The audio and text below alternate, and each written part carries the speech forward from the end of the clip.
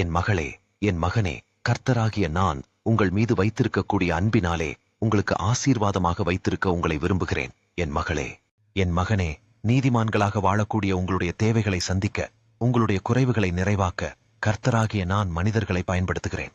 உங்களுக்கு வேதாகமத்தில் இருந்து சொல்லுகிறேன். யோவான் 16ஆம் அதிகாரம் 22ஆம் வசனம். உங்கள் இருதயம் சந்தோஷப்படும், உங்கள் சந்தோஷத்தை ஒருவனும் உங்களிடத்திலிருந்து எடுத்து போட மாட்டான் என்று சிந்தித்து பாருங்கள்.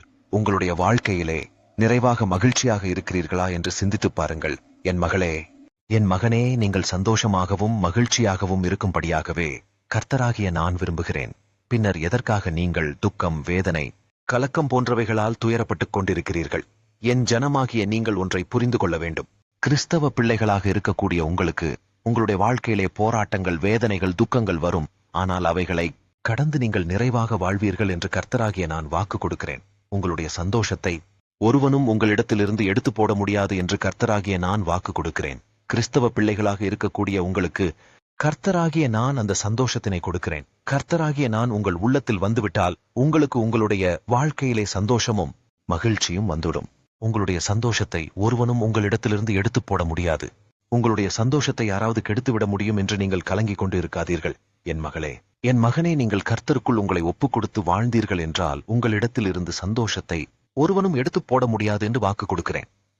நீங்கள் கர்த்தருக்குள் உங்களை ஒப்புக் கொடுத்து வாழ்ந்தீர்கள் என்றால் எந்த சூழ்நிலையும் உங்க சந்தோஷத்தை பாதிக்காது. நீங்கள் விசுவாசத்துடனே உங்கள் உள்ளத்தில் கை வைத்து, கர்த்தாவே, உங்கள் மீது நான் நம்பிக்கை வைத்திருக்கிறேன், நான் உங்களிடத்திலே என்னை ஒப்புக் கொடுத்து என்னுடைய வாழ்க்கையிலே நீதிமான்களாக வாழும்படியாக என்னை ஆசீர்வதிக்கும்படியாக உம்மை நோக்கி துதிக்கிறேன். கர்த்தாவே, நீங்கள் எனக்கு கொடுத்த சந்தோஷத்திற்காக உமக்கு ஸ்தோத்திரம். என்னுடைய சந்தோஷத்தை ஒருவனும் எடுத்து போட முடியாது என்று எனக்கு வாக்கு கொடுத்திருக்கிறீர். இந்த வாக்கு தத்தத்தினை நான் விசுவாசிக்கிறேன். இந்த வேதாகம வாக்கு தத்தத்தின்படி எனக்கு இருக்கக்கூடிய சந்தோஷத்தினை ஒருவனும் எடுத்து போட முடியாது என இயேசு கிறிஸ்துவின் நாமத்தினாலே சொல்லுகிறேன் என்று நீங்கள் என்னை நோக்கி நீங்கள் ஆராதியுங்கள். அப்பொழுது உங்களுடைய ஜெபத்தின் சத்தத்திற்கு செவி கொடுத்து உங்களுக்கு சந்தோஷத்தையும் மகிழ்ச்சியும் நிறைவாய் கொடுப்பேன். உங்களுடைய சந்தோஷத்தை ஒருவனும் எடுத்து போட முடியாது என்று உங்களுக்கு வாக்கு கொடுக்கிறேன். நீங்கள் என்னிடத்திலே உங்களை ஒப்புக் கொடுத்து ஜெபிக்கும் பொழுது உங்களுக்கு நிறைவான சந்தோஷங்கள் கிடைக்கும் என்று வாக்கு கொடுக்கிறேன். என் ஜனமாகிய உங்களுக்கு வேதாகமத்தில் இருந்து சொல்லுகிறேன். நீதிமொழிகள் 4ஆம் அதிகாரம் 23ஆம் வசனம். எல்லா காவலோடும் உன் இருதயத்தை காத்துக்கொள், அதனிடத்தினின்று ஜீவூற்று புறப்படும் என்று எழுதியிருக்கபடியாக என் மகளே, என் மகனே, இருதயத்தில் சுத்தமுள்ளவர்கள் பாக்கியவான்கள், அவர்கள்தான் தேவனை தரிசிக்க முடியும். நீங்கள் பரிசுத்த வாழ்க்கையிலே நிறைவாய் வாழ உங்களுடைய இருதயம் சுத்தமானதாக இருக்க வேண்டும். நீங்கள் கர்த்தராகிய என்னை தரிசிக்க வேண்டுமானால் உங்களுடைய இருதயம் சுத்தமானதாக இருக்க வேண்டும். பாவக்கரைகளால் நிறைந்துள்ள உங்களுடைய இருதயத்தினை சுத்தப்படுத்த நீங்கள் என்னை நோக்கி, கர்த்தாவே, உம்முடைய இரத்தத்தினால் என்னுடைய இருதயத்தை கழுவி சுத்தப்படுத்தும் என்று என்னை நோக்கி நீங்கள் ஜெபம் செய்யும் பொழுது, கர்த்தராகிய நான் என்னுடைய இரத்தத்தினாலே உங்களுடைய இருதயத்தினை சுத்திகரித்து உங்களை பாவத்திலிருந்து விடுதலை பண்ணி உங்களை நிறைவாய் வாழ வைப்பேன் என்று வாக்கு கொடுக்கிறேன்.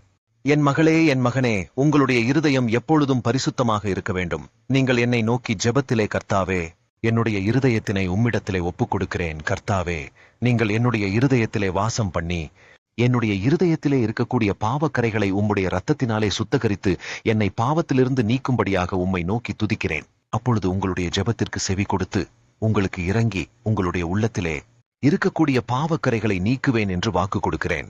அப்பொழுது நீங்கள் தேவனை தரிசிக்க முடியும். என் மகளே, என் மகனே, உங்களுக்கு வேதாகமத்தில் இருந்து சொல்லுகிறேன். எபிரேயர் 2ஆம் அதிகாரம் 18ஆம் வசனம்.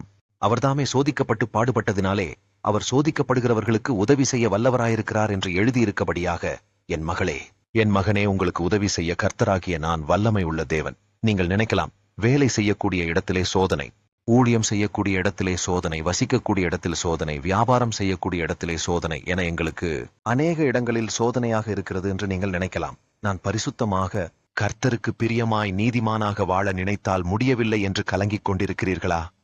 என் மகளே, என் மகனே, கர்த்தராகிய நான் இந்த பூமியிலே சோதனைகளை கடந்து பரிசுத்த தேவனாக இருப்பதினால் கர்த்தராகிய நான் சோதிக்கப்படுகிற உங்களுக்கு உதவி செய்வேன். என் மகளே, என் மகனே, நீங்கள் தினமும் அதிகாலையில் என்னிடத்தில் ஜெபம் செய்யும் பொழுது, கர்த்தாவே, இன்று எனக்கு எந்த சோதனையும் அணுகாமல் இருக்கும்படியாக உம்மை நோக்கி துதிக்கிறேன் என்று என்னை நீங்கள் ஆராதியுங்கள்.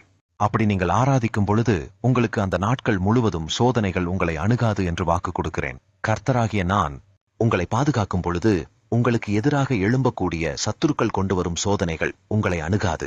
சோதனைகள் உங்களை அணுகாமல் இருந்தால் நீங்கள் உங்களுடைய வாழ்க்கையிலே ஜெயம் கொள்வீர்கள். உங்களுக்காக நான் பாடுபட்டு சிலுவையில் மரித்து உயிர்த்தெழுந்த இயேசுவாகிய நான் உங்களுக்கு சொல்லுகிறேன், சாத்தானை நான் ஜெயித்திருக்கிறேன். என்னுடைய வல்லமையினால் உங்களுக்கு ஜெயம் கொடுப்பேன் என்று வாக்கு கொடுக்கிறேன். அதுக்கு நீங்கள் முதலில் கர்த்தரை விசுவாசிக்க வேண்டும். விசுவாசத்துடன் கர்த்தரிடத்திலே ஒப்பு கொடுத்து நீங்கள் வாழ்ந்தீர்கள் என்றால் உங்களுக்கு வரக்கூடிய சோதனைகளில் இருந்து உங்களை விடுவித்து பாதுகாத்துக் கொள்வேன் என்று வாக்கு கொடுக்கிறேன்.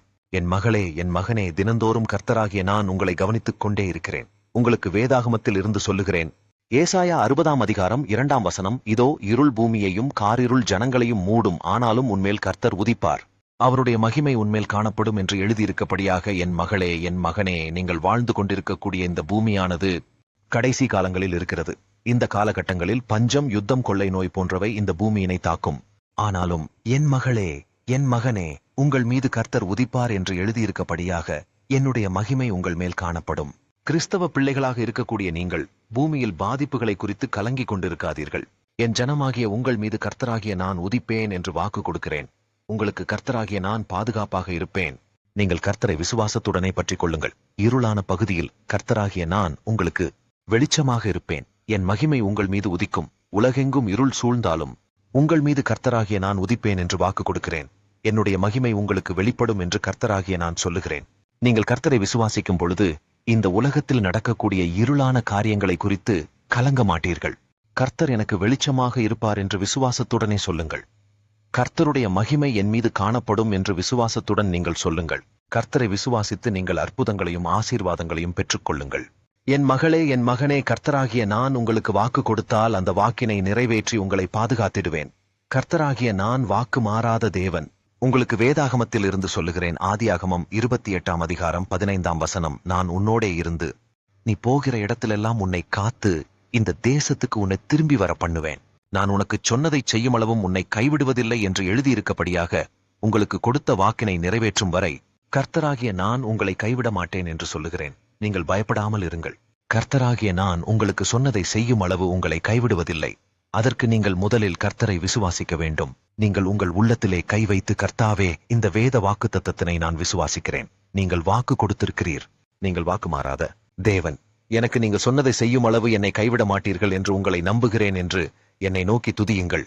அப்பொழுது உங்களுடைய ஜெபத்திற்கு செவி கொடுத்து உங்களுக்கு அற்புதங்களையும் ஆசீர்வாதங்களையும் நிறைவாக கொடுப்பேன் என்று வாக்கு கொடுக்கிறேன். கர்த்தராகிய நான் உங்களை நேசிப்பதினால் உங்களுக்கு ஜெயம் கொடுத்துக் கொண்டே இருக்கிறேன். உங்களுக்கு வேதாகமத்தில் இருந்து சொல்லுகிறேன்.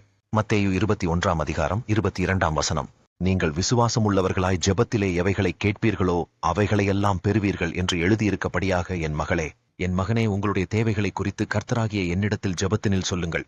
நீங்கள் விசுவாசத்துடனே கர்த்தரிடத்தில் ஜெபிக்கும் பொழுது நீங்கள் ஜெபத்தினிலே எவைகளை கேட்டீர்களோ அவைகளை பெறுவீர்கள் என்று வாக்கு கொடுக்கிறேன்.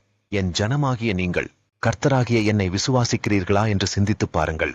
சில நேரங்களில் நீங்கள் விசுவாசத்துடன் கர்த்தரிடத்திலே ஜெபிக்கவில்லை என்றால் பின்னர் எப்படி ஆசீர்வாதங்களையும் அற்புதங்களையும் பெற்றுக்கொள்வீர்கள்?